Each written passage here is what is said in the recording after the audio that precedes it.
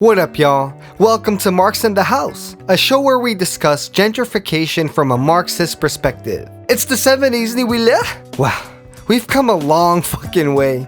In the last 2 weeks, we've seen how the suburbs fulfill two functions: capital absorption and social control. We also investigated how mainly white people went to the suburbs and what the effects were on black and brown people stuck in inner cities. Not only did they face unemployment, shitty housing, and state violence, but also displacement and segregation. As we know, gentrification took place within the inner cities. It was suburbanization that left pockets of heavily disinvested areas with clear borders marked by highways, all funded by the state. If we see capital movement as a seesaw from disinvestment to reinvestment, then the last two episodes were a big examination of the disinvestment portion. Gentrification, of course, is the reinvestment part. We've learned so much about this process already. Go ahead and give yourself a round of applause. God knows you've earned it. Your brain has grown so much in size, I'm sure your hats don't even fit no more.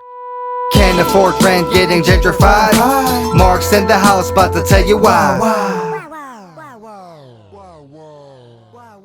You're now ready to understand a little bit more about the state's involvement in gentrification. So far, the line has been this: suburbanization required intervention from the state.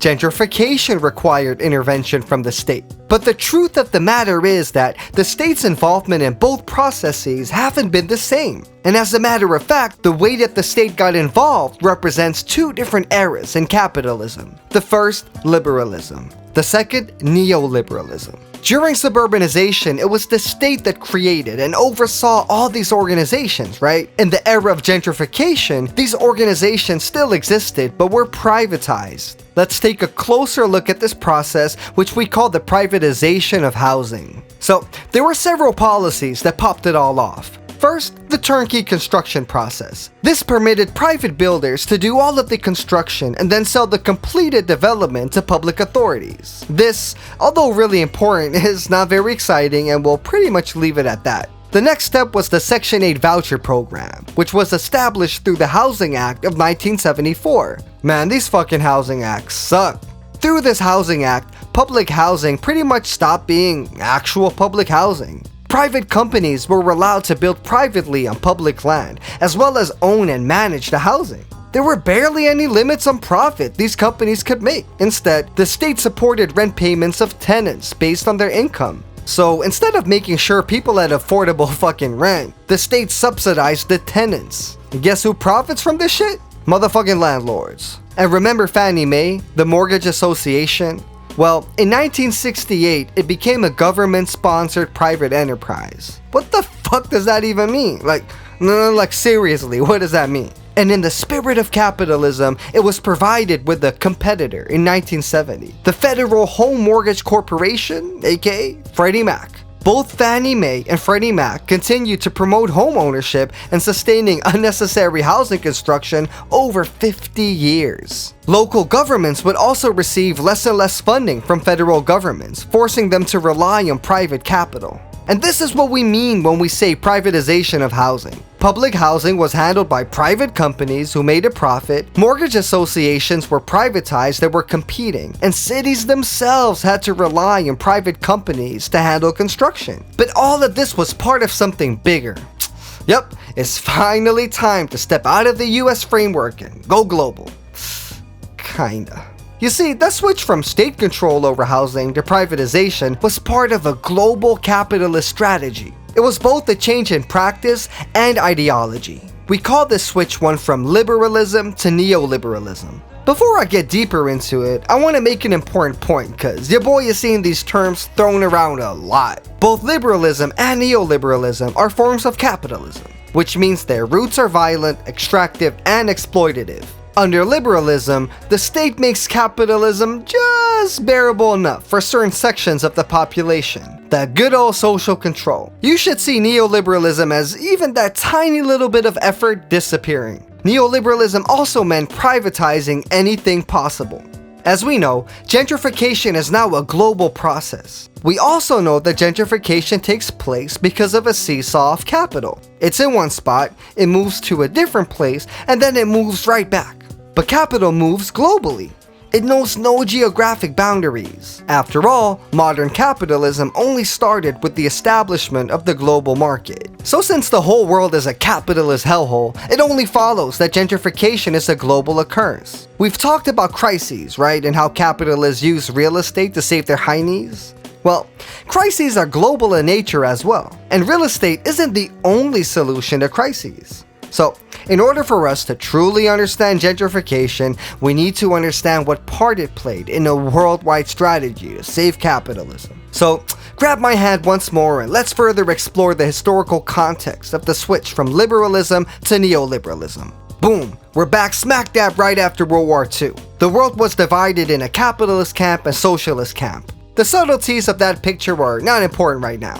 The capitalists needed a strong political and economic unity to beat the socialists and for capitalist expansion to continue. They set up several institutions to make capital circulation a sweeter, easier, and breezier process. After all, if the capitalists would face another Great Depression, they'd be in major trouble. Quick timeline. Great Depression, 1929. World War II, 1939-1945. Not that far apart. This was the political context in which many organizations were set up, like the UN, World Bank, IMF, Bank of International Settlements, and Basel, all for that sweet capital circulation. A whole system of free trade was encouraged, less barriers for the export of capital. This was gonna happen under a system of fixed exchange rates. If I'm investing in global trade, I want my profits to be reliable. And this can't happen if the value of yens are flopping around everywhere. But of course you need something to anchor the value of exchange rates. These were anchored by the US dollar's convertibility into gold at a fixed price. If this is still a little confusing, just don't get hung up on this. The only thing you need to understand is that there was a global system that was supposed to make trade easier and reliable. But of course would later on crash and burn, as we'll see in a few fucking moments. Capitalist states also went hard as fuck against strong labor movements. They knew attempts to crush labor movements at this point would only cause a harder backlash. So instead they went for a quote-unquote class compromise between capital and labor. What did that look like in practice? Well, states actively intervened in industrial policy and set up a bunch of welfare systems, healthcare, education, shit like that. This is called embedded liberalism. There was state-led planning and sometimes even state ownership of key sectors like coal, steel, and car manufacturing. Remember, these are capitalist states doing this shit. So state-owning enterprises doesn't make it socialist. Sometimes it's just necessary to pacify working-class movement. I'm looking at you, Scandinavia. Bernard. This is an important time to remember that the welfare systems of the imperialist countries depended on the brutal plunder and domination of dominated countries who were kept from developing. The bourgeoisie during this time was obviously bothered by checks and balances, but since the economies were steadily growing, things were acceptable. We may see capitalist history as one consistent widening gap between rich and poor, but it's not completely true. In the US, for example, the average income of the top 1% fell from 16% pre-World War II to 8% after World War II. And this stayed that way till the 70s. See, embedded liberalism delivered high rates of economic growth in the imperialist core in the 50s and 60s, and a lot of this was from the US running deficits with the rest of the world. If a different country produced too much shit, there sure was a merchant able to buy it. So there was a high rate of economic growth, but the profits weren't like all that. Now this was annoying, but fine, the capitalists could deal with it. By the end of the 60s, this whole scheme started to break the fuck down. Signs of a crisis of capital accumulation were everywhere. Capitalists' worst nightmare was hitting the streets. A combination of unemployment and inflation. Stagflation. And this shit lasted through much of the 70s. When growth collapsed and small profits and dividends became the norm, the bourgeoisie had had enough. And thus they pushed for a switch from liberalism to neoliberalism. Spoiler alert, their neoliberal reforms worked because now the 1% of the world owns more than the rest of the world combined. Whoop! So what did the ruling class do? Well, in short, they pushed for all remaining restrictions on capital circulation to be lifted. Remember the fixed exchange rate? The US dollar backed by gold reserves? Yeah, that shit failed. It was ultimately abandoned in 1971. Gold stopped being the metallic base of international money. As an effect, exchange rates started to float on. In return, all controls on these floats were abandoned.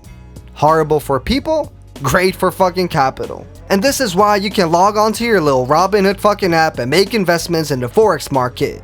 So banks had fewer and fewer restrictions holding them back. This means that they could look globally for high rates of return on their investments. And this was great because the rate of profit within the US wasn't looking too high. Remember, the average rate of profit is always falling. And this is also bound to location. For example, in the US, they took their capital to the industrial north, then to the south, then to the west, leaving disinvestment in its wake everywhere.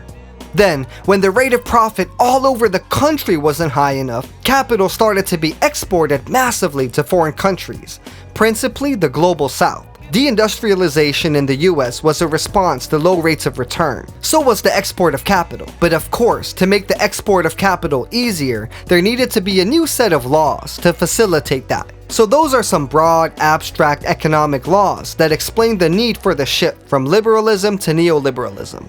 It was just around this time in the early 70s when all this was happening that banks in New York caught a lucky ducky break. You see, Israel's not a real country. Palestine is. And a whole bunch of Middle Eastern oil producing countries were like, yeah, Israel's not a real country, and they imposed an oil embargo. But then the US threatened to invade Saudi Arabia in 1973, and the Saudis didn't feel like being invaded, so they were forced to have all their petrodollars go through New York banks. Big deal, you might say. But you might say wrong! Remember, two things were happening at once. Financial restrictions were being lifted from banks, and all of a sudden New York banks were flooded with insane finance capital and they had no idea what to invest it in. The rate of profit in the US within manufacturing was low, which led to a lot of companies taking their production overseas. Bummer for the banks. What's who invested in then? They came up with a nifty little plan. The bank started to invest this capital in loans to countries because, as Walter Wriston, head of Citibank, put it, governments can't move or disappear. Now, you know how certain neighborhoods in the US were redlined? And all that disinvestment made them really great areas for reinvestment? It works the same with governments. There were plenty of governments that up until that point were redlined by international banks, so a lot of heads of state were eager to accept these loans at any condition. And small caveat, if they didn't accept them like Thomas Sankara, they'd get killed. The conditions for these loans pretty much said that the US would be able to do what the fuck they wanted to protect their investments. And if there was any pushback, a puppet regime was installed that allowed US capital to freely circulate. But here's the funny little thing. The conditions for these loans was to privatize a bunch of stuff, which meant that the government borrowing the money was earning less, which meant that it'd be harder and harder to pay the loan back. And much to everyone's surprise, most governments went default on their loans. Not to worry. All this led to was that the country was forced to undergo even more neoliberal restructuring for more free capital circulation. And this wasn't just the case in the global south. Bankruptcies also happened in the imperialist core. Both New York and England, yes, the whole ass country England, had to be bailed out by the IMF in the mid-70s. Now, you may raise some eyebrows because wasn't like New York where all the banks were at, and didn't actually like the whole thing come from the... Yeah, let's just take a closer look at New York's bankruptcy. Unlike other cities in the States, New York had actually planned its industrial decline. It was the only place in the world where land values increased as deindustrialization occurred. They replaced industrial jobs with juicy real estate through rezoning strategies. Between 59 and 89, the city lost 600,000 manufacturing jobs. That's a lot of jobs. Now, of course, when you stop producing value in a city, that's a shitty thing to do for the economy. As time went on, the city approached bankruptcy. Peep this. New York owed the banks nearly $500 million, but only had 34 mil. The mayor requested President Ford to bail out the city, but he refused. So what did the banks do? They cut city salaries, fired city workers, closed hospitals and firehouses and schools, and convinced the teachers union to bail out the city with $150 million in pension funds. Bruh. Teachers, the most wholesome creatures. Now, neoliberals make you believe that this is a way of cutting back on spending. That's how the story usually goes, right? But in actuality, New York was just spending money on different things. Instead of social programs, it spent money on subsidizing redevelopment, aka gentrification. This was pretty much a coup by US bankers. But Seth, Anything the city made from taxes, the bankers had the first claim on it. Whatever crumbs were left went to essential services. Yikes. So neoliberalism is really just an expression of the laws of capitalism. During a crisis, the rich get richer, and neoliberal policies were just a way for capitalists to continue to make that happen. But before we move on, I want to sprinkle a little revolutionary juice around. I want you to think about all the movements that claim that just fighting for reforms ultimately leads to revolution. Now think of the working class in New York, which had been fighting and dying for 100 years to win all these reforms to make life a little easier. And now think of just a couple of years that it took for the bourgeoisie to turn back these reforms. Makes you think, huh? Now this doesn't mean that reforms don't play a role in the struggle at all, though. Watch my video on the mass line. Anyway, so what were cities faced with after the neoliberal turn? Well, both deindustrialization and export of jobs to the global south left cities with way less tax money. Then, at the same time, there was less federal money for social programs. It looked like cities were gonna have to rely entirely on private capital to keep from turning into one giant fucking wasteland. But in order for private capital to do its thing, it needed laws to be able to circulate freely, right? There were two ways in which the ruling class handled this. The first was imposing clear private property rights in every single market imaginable. What does that mean?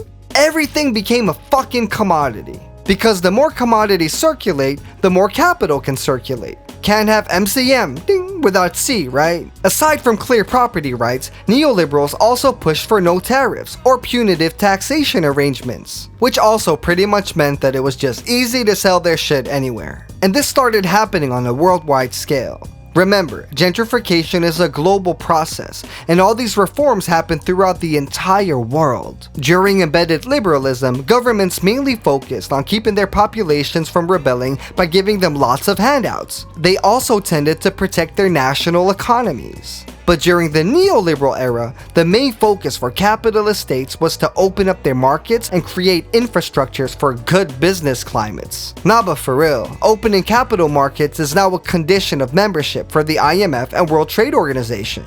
Now listen, this is a big fucking shift. Competition between cities as to who had the best model for economic development or best business climate didn't matter nowhere as much in the 50s and 60s. With trading relations being more open and fluid after 1970, so did competition. With restrictions lifted off banking, open financialization of cities began in the 70s and accelerated in the 90s. Weird, it almost followed the speed of gentrification. This is when we start seeing foreign direct investment and portfolio investments, but only where there was a, you guessed it, good business climate. Or maybe you didn't guess it. Anyway, and isn't that how they're still promoting gentrification? To create a good business climate?